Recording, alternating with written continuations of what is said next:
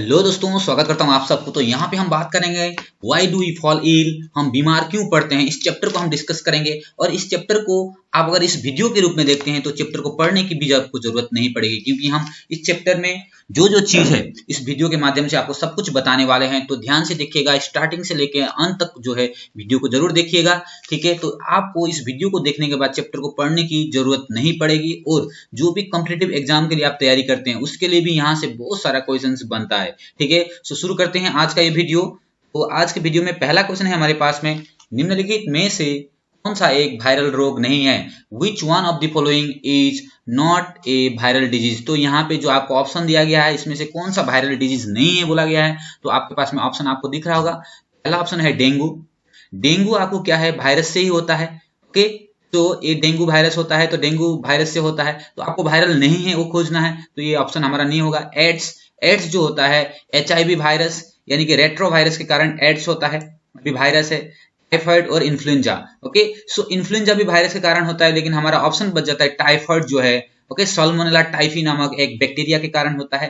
ये टाइफाइड जो है इसका करेक्ट आंसर हो जाएगा। आपको खोजना क्या था, वायरस से नहीं होने वाला बीमार के बारे में। सो यहाँ पे मैंने बता दिया, डेंगू वायरस से होता है, एड्स भी वायरस से होता है, इन्फ्लुएंजा भी वायरस से होता है, ठीक है। लेकिन टाइफाइड जो होता है एक बैक्टीरिया है जिसका नाम है साल्मोनेला टाइफी, उस बैक्टीरिया के कारण ये बीमार होता है। तो आपका सही आंसर हो जाएगा टाइफाइड, ठीक है, याद रखिएगा।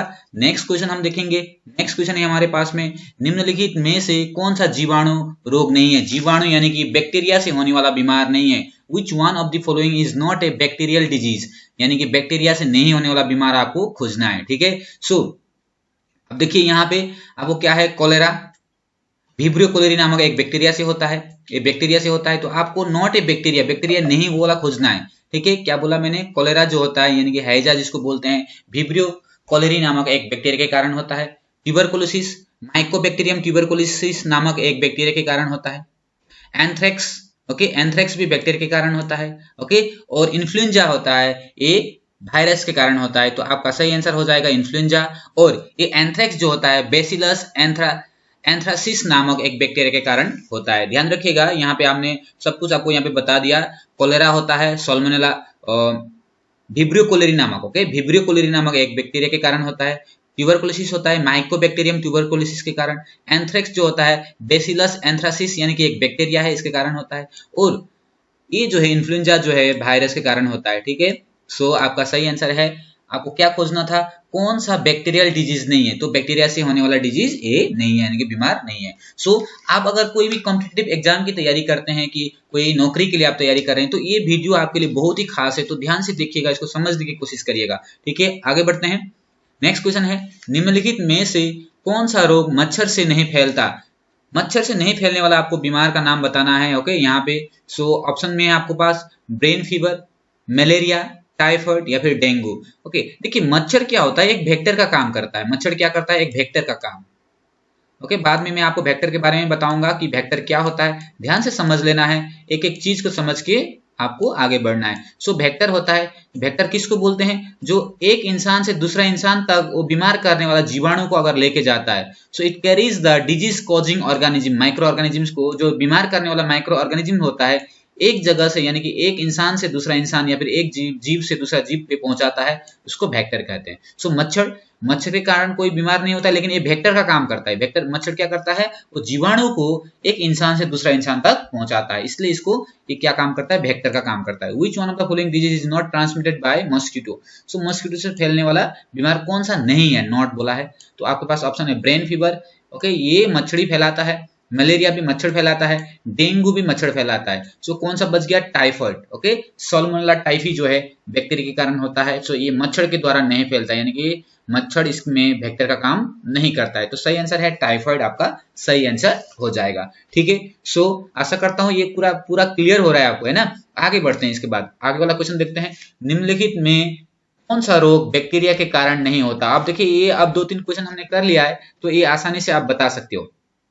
टाइफाइड मैंने बोला है, टाइफाइड का क्या बताया था मैंने अभी थोड़ा देर पहले आपको बताया था, ओके। साल्मोनेला टाइफी, एंथ्रेक्स था बेसिलस एंथ्रासिस के कारण होता है। ट्यूबरकुलोसिस माइकोबैक्टीरियम ट्यूबरकुलोसिस के कारण होता है। मलेरिया जो होता है प्लाज्मोडियम के कारण होता है। और ये तीनों का तीनों बैक्टीरिया है, ऊपर का ये तीनों का तीनों क्या है, बैक्टीरिया से होने वाला बीमार है, ठीक है। और ये जो है, ये जो मलेरिया जो है प्लाज्मोडियम नामक एक प्रोटोजुआ है, प्रोटोजुअन, ठीक है। प्लाज्मोडियम के नाम, इसका नाम क्या है, प्लाज्मोडियम से मलेरिया होता है और ये प्रोटोजुआ है। आपको क्या बोला, नॉट कॉज बाय बैक्टीरिया बोला है, ओके, बैक्टीरिया के कारण नहीं होने वाला बीमार। सो ऊपर का तीनों बैक्टीरिया है, लेकिन मलेरिया जो है ये प्लाज्मोडियम नामक प्रोटोजुआ के कारण होता है, ठीक है। आगे बढ़ते हैं, आगे नेक्स्ट क्वेश्चन है हमारे पास में। देखिए मलेरिया आपको ऑप्शन मिल गया। नेक्स्ट क्वेश्चन है, निम्नलिखित में से कौन सी बीमारी प्रोटोजुअन के कारण होती है? Which one of the following disease is caused by protozoan? Okay, protozoa जो होता है उसके कारण क्या बीमार होता है? अभी आपको मैंने जस्ट इससे पहले वाला प्रश्न में बताया, प्रोटोजुआ का एग्जाम्पल मैंने उदाहरण अभी इससे पहले वाला प्रश्न में बताया था। मलेरिया जो है प्लाज्मोडियम नामक एक प्रोटोजुआ के कारण होता है, ठीक है। सो आपका एक ही बार में ऑप्शन मिल गया। याद रखेंगे, मलेरिया जो होता है कोई बैक्टीरिया वायरस नहीं है, वो प्रोटोजुआ है, ठीक है, वो प्रोटोजुआ है जिसका नाम है प्लाज्मोडियम, याद रखिए। और इन्फ्लुएंजा वायरस के कारण होता है, एड्स भी वायरस, मलेरिया जो होता है बैक्टीरिया के कारण होता है। सो आपका सही आंसर हो जाएगा malaria is cause by protozoa, ठीक है। नेक्स्ट क्वेश्चन है हमारे पास में, निम्नलिखित में से किसका किसी व्यक्ति के स्वास्थ्य पर दीर्घकालीन प्रभाव पड़ता है? Which one of the following has a long term effect on the health of an individual? एक इंडिविजुअल के हेल्थ में बहुत दिन तक किसका असर रहता है, ठीक है। सो आपके पास ऑप्शन है, कॉमन कोल्ड, जो सामान्य जो बुखार होता है उसका बहुत दिन तक रहता है, ये तो रहता नहीं है, इसको हम कट ही कर देंगे। दूसरा है चिकन पॉक्स, ये भी बहुत दिन तक तो नहीं रहता है। च्यूइंग टबैको और स्ट्रेस, ये दोनों में से आपको कंफ्यूजन लग सकता है, लेकिन आपको मैं इस वीडियो के माध्यम से बोलना चाहता हूं कि अगर आप च्यूइंग टबैको करते हैं तो ये जो चीजें आपके हेल्थ को बहुत लंबा कालीन तक आपको नुकसान पहुंचाएगा, आपके जीवन को बहुत हद तक ये नुकसान पहुंचाता है। तो रिक्वेस्ट भी करूंगा, अगर आप च्यूइंग टबैको के हमेशा सेवन करते हैं तो उसको छोड़ना चाहिए आपको और अपनी जिंदगी को खूबसूरत बनाना चाहिए। सो इसका आंसर भी क्या है, इसका आंसर है च्यूइंग टबैको, यानी कि तंबाकू चबाना, ओके। कोई भी प्रकार का तंबाकू हो सकता है, तंबाकू से आपको आपकी सेहत के लिए बहुत लंबा कालीन यानी कि दीर्घकालीन प्रभाव पड़ता है, ठीक है। सो याद रखिएगा इस चीज को, अगर आपके पास भी बैड हैबिट है, खराब आदतें हैं, तो उसको जरूर छोड़ दीजिएगा। नेक्स्ट क्वेश्चन को देखते हैं। नेक्स्ट क्वेश्चन है, यदि आप किसी संक्रमित व्यक्ति के संपर्क में आते हैं तो निम्नलिखित में से कौन आपको बीमार कर सकता है? सो अगर आप कोई भी संक्रमित, कोई बीमार है, उस इंसान के संपर्क में आते हैं, which one of the following can make you ill if you come in contact with an infected person. तो एक इन्फेक्टेड पर्सन के कॉन्टेक्ट में अगर आप आते हैं तो आपको निम्नलिखित में से क्या हो सकता है? उच्च रक्तचाप यानी कि high blood pressure, okay, high blood pressure होगा, या फिर जेनेटिक एबनॉर्मेलिटीज होता है, या फिर स्नीजिंग होगा, या फिर ब्लड कैंसर। सो एक एक करके मैं बता दूंगा। जो हाई ब्लड प्रेशर जो होता है ये संक्रमित बीमार नहीं है, कम्युनिकेबल डिजीज नहीं है, एक इंसान से दूसरा इंसान में फैलने वाला बीमार नहीं है, ठीक है। सो संपर्क में आने से ये नहीं फैलेगा। जेनेटिक एबनॉर्मेलिटीज जो होता है, जेनेटिक एबनॉर्मेलिटीज का मतलब होता है, मानिए अगर पेरेंट्स में कुछ बीमार है तो उसके बच्चे में वो बीमार जा सकता है, ओके। अनुवांशिक ये जो होता है, अनुवांशिक होते हैं, जेनेटिक होते हैं, एबनॉर्मल जो होते हैं जेनेटिक। सो पेरेंट्स में है तब भी वो बच्चे में जाएंगे, अदरवाइज जेनेटिक एबनॉर्मेलिटीज का कोई चांसेस नहीं है, कॉन्टेक्ट से कोई लेना देना नहीं है, ओके, संपर्क से कोई लेना देना नहीं है। देन स्नीजिंग, ब्लड कैंसर, ये ब्लड कैंसर भी कोई फैलने वाला संक्रमित नहीं होता है। तो आपका ऑप्शन क्या होगा? स्नीजिंग। स्नीजिंग से बीमार जो है संक्रमित बीमार जो है फैलता है। सो ऑप्शन क्या हो जाएगा आपका? स्नीजिंग हो जाएगा, यानी कि छींकना, ठीक है। Which one of the following can make you ill. So आपको छींकने से, अगर सामने वाला इंसान बीमार है तो वो इंसान अगर छींकता है अब वो क्या हो जाएगा, आप में भी वो बीमार आने का चांसेस है। तो इसका सही आंसर हो जाएगा स्नीजिंग। नेक्स्ट क्वेश्चन देखेंगे, एड्स प्रसारित नहीं हो सकता, यानी कि AIDS can not be transmitted. AIDS जो होता है बहुत ही हम बोल सकते हैं जानलेवा बीमार है, बहुत खतरनाक बीमार है, आप इसको बोल सकते हैं, ठीक है। सो कौन से तरीके से नहीं फैलता? सेक्सुअल कांटेक्ट से एड्स फैलता है। याद रखिए, एड्स मतलब एक्वायर्ड इम्यूनोडिफिशियंसी सिंड्रोम, ठीक है। ये जो होता है वायरस के कारण होता है, एचआईवी वायरस के कारण ये बीमार होता है, ठीक है। तो ये सेक्सुअली कांटेक्ट के साथ में एचआईवी होता है। दूसरा, यहाँ पे हग्स लिखा है, अगर हम गले मिलते हैं तो ये नहीं फैलता है, ठीक है। सो हमको ऑप्शन मिल गया बी, ब्रेस्ट फीडिंग से भी ये फैलता है।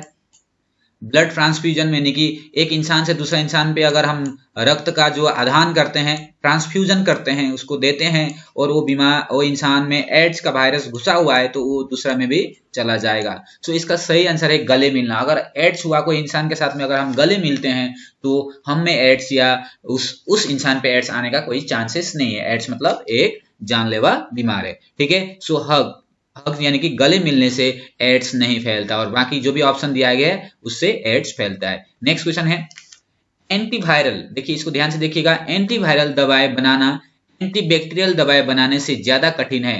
Making antivirus drug is more difficult than making antibacterial medicine. Okay, so because क्या कारण है, बोला है जो अगर हम एंटीवायरल दवाएं बनाते हैं, वो एंटीवायरल दवाएं बनाना बहुत कठिन होता है as compare to the antibacterial दवाएं। सो इसका कारण क्या हो सकता है, देखते हैं। Viruses make use of host machinery. So virus क्या करता है, होस्ट मशीनरी को यूज करता है। दूसरा है viruses are on the border line of living and non living. जो वायरस जो होता है मतलब बॉर्डर लाइन, सीमा रेखा पर होता है, जीवित और निर्जीव के सीमा रेखा पे होता है। या फिर viruses have very few biochemical mechanisms of their own. या फिर viruses have a protein code, ठीक है। सो इसमें क्या करना है आपको, ये जो वायरल मेडिसिन बनाने के लिए क्या होता है, बहुत मुश्किल होता है, क्योंकि उसके पास में एक प्रोटीन कोड होने के कारण उसको डिस्ट्रॉय करना या फिर उसका क्या करता है वो उसका अपना बायोकेमिकल मैकेनिज्म नहीं होता है, ठीक है। किसके पास, वायरस के पास। तो ऑप्शन तो देखिए, ऑप्शन तो सी ही इसका आंसर होने वाला है। Viruses have very few biochemicals mechanism of their own. So उसका अपना कोई ही रासायनिक तंत्र नहीं होते, जैव रासायनिक तंत्र जो होते नहीं होते हैं, ठीक है। और वो लिविंग के पास शरीर में घुस गया तो लिविंग जैसा बिहेव करेगा, नॉन लिविंग के अंदर में घुस गया तो नॉन लिविंग की तरफ बिहेव करेगा। सो उसका कोई भी जैव रासायनिक तंत्र नहीं होता है, जिसके कारण बहुत मुश्किल होता है कि ये दवाई जो है बनाने के लिए, कौन सा, वायरल डिजीज। तो वायरल वाला जो मेडिसिन जो बनाना है बहुत मुश्किल हो जाता है वायरस के लिए। सो आपको क्या करना है, ऑप्शन क्या हो जाएगा, वायरस के अपने स्वयं के बहुत कम जैव रासायनिक तंत्र होते हैं, जिसके कारण एंटीवायरल दवाएं बनाना थोड़ा कठिन हो जाता है, ठीक है।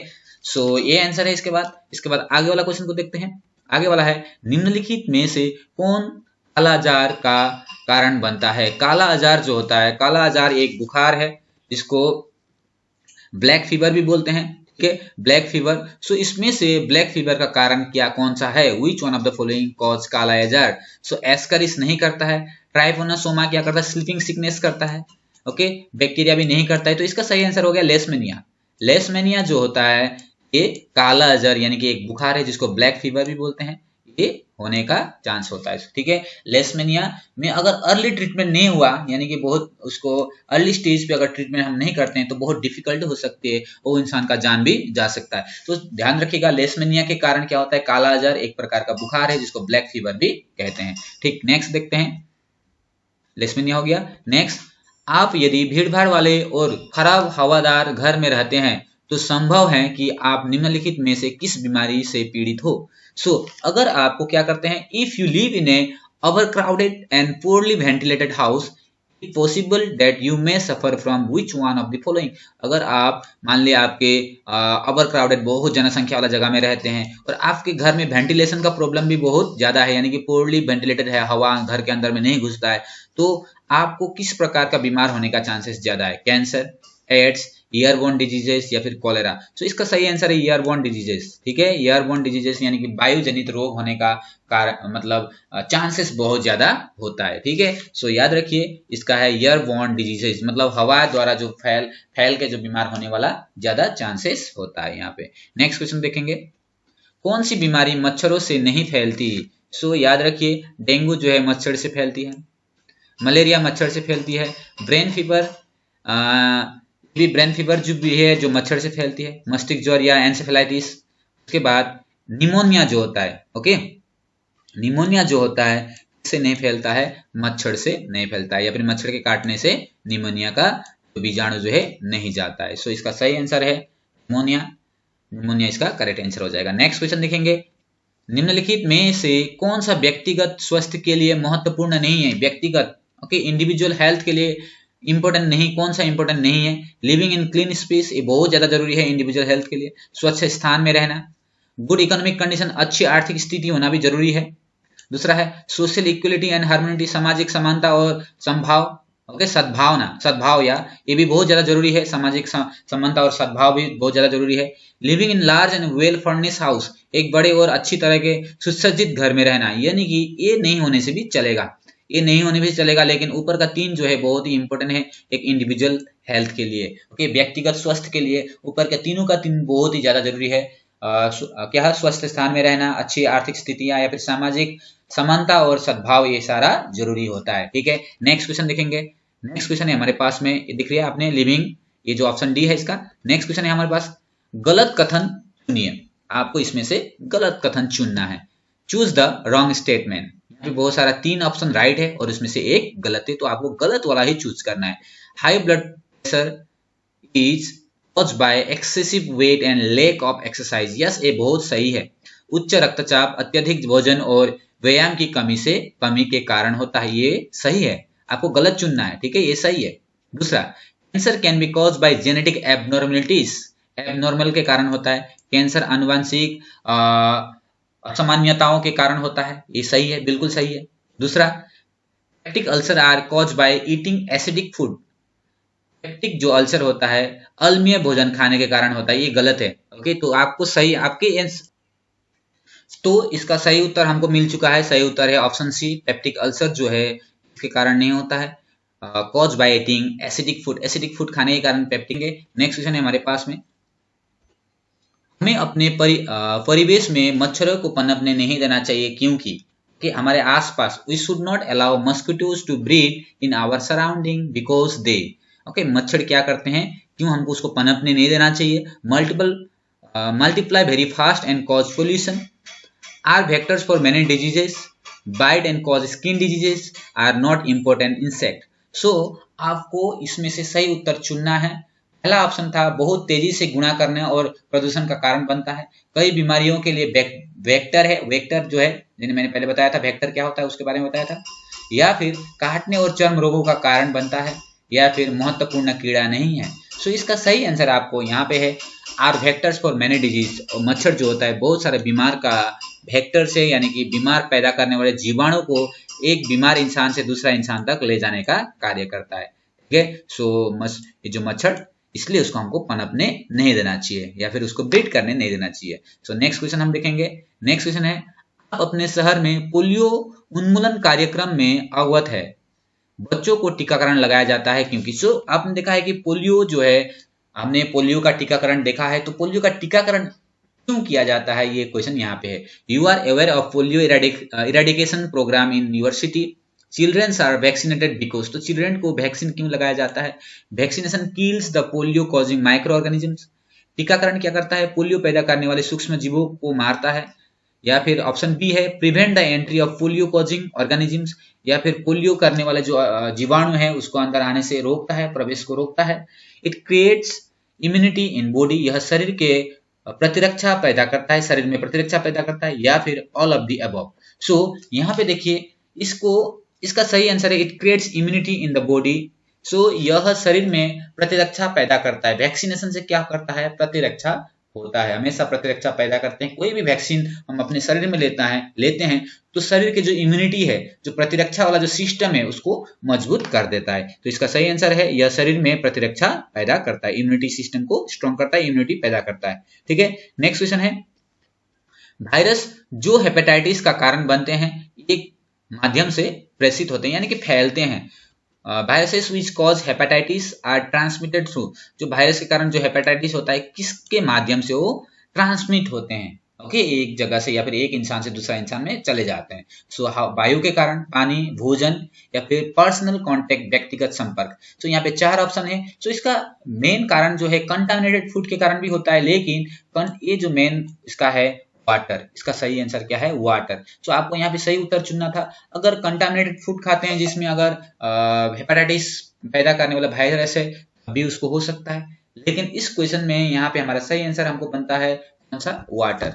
ठीक है, नेक्स्ट क्वेश्चन है, नेक्स्ट क्वेश्चन देखेंगे, वेक्टर के रूप में परिभाषित किया जा सकता है, vectors can be defined as, तो यानी कि मैंने पहले भी बताया इससे पहले वाला क्वेश्चन में कि वेक्टर क्या होता है या फिर वेक्टर किसे कहते हैं। इसे एक बार बता देता हूँ, वेक्टर वह जीव है जो क्या करता है, बीमार करने वाले जीवाणु को एक इंसान से दूसरा इंसान तक पहुंचाने का कार्य करता है, जैसे मच्छर हो गया। ओके, मच्छर हो गया, सैंड फ्लाइज होते हैं, वो सब भी होते हैं, ठीक है।